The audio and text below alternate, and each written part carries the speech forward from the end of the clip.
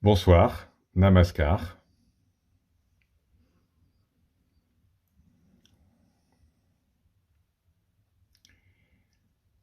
Un certain nombre de mes élèves m'ont posé la question suivante. Comment gérer la solitude?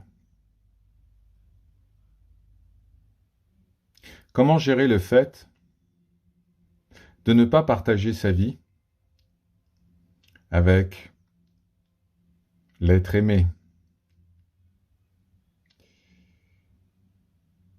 La réponse à cette question est la suivante.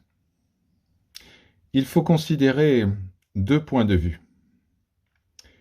Le point de vue du Soi suprême, qui n'a besoin de rien, ni de personne, et le point de vue de l'humain, plongé dans une réalité relative, soumis au karma, soumis au temps, à l'espace, soumis à des désirs, parmi lesquels le besoin de compagnie.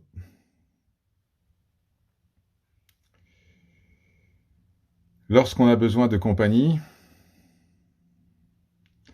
eh bien on va projeter son attention vers l'extérieur. On va chercher la personne, idéale ou non d'ailleurs, et puis on va vivre des histoires. Et comme tout ce qui a un début a une fin, ces histoires ne dureront pas. Mais pour un moment, pour quelques semaines, pour quelques mois, l'humain se sentira complet et comblé. Du point de vue du Soi suprême, comme évoqué au début, besoin de rien, besoin de personne pour être heureux. Et c'est dans l'état suprême que le vrai bonheur est atteint, pas un bonheur transitoire, un bonheur éphémère, soumis à 1 million de conditions que nous ne maîtrisons pas. Non, un bonheur permanent. Un bonheur où le fait d'être seul n'est pas un problème. Il est un état immuable. Alors, il faut acquérir ce sens de la présence suprême. Quand je dis il faut acquérir, c'est une expression. Vous êtes déjà cela. Disons plutôt, rappelez-vous. Rappelez-vous qui vous êtes, vraiment. Le soi. Le soi qui est seul et qui est tout. Le soi qui est au-delà de la dualité, et donc au-delà de toute forme de relation impliquant un sujet avec un autre. Il n'y a qu'un seul sujet. C'est vous. Tout ce que vous voyez autour de vous sont des projections de votre mental, des reflets de vos tendances, vasanas en sanskrit. Regardez au-delà. Ne regardez pas avec ces yeux de chair. Regardez avec cet œil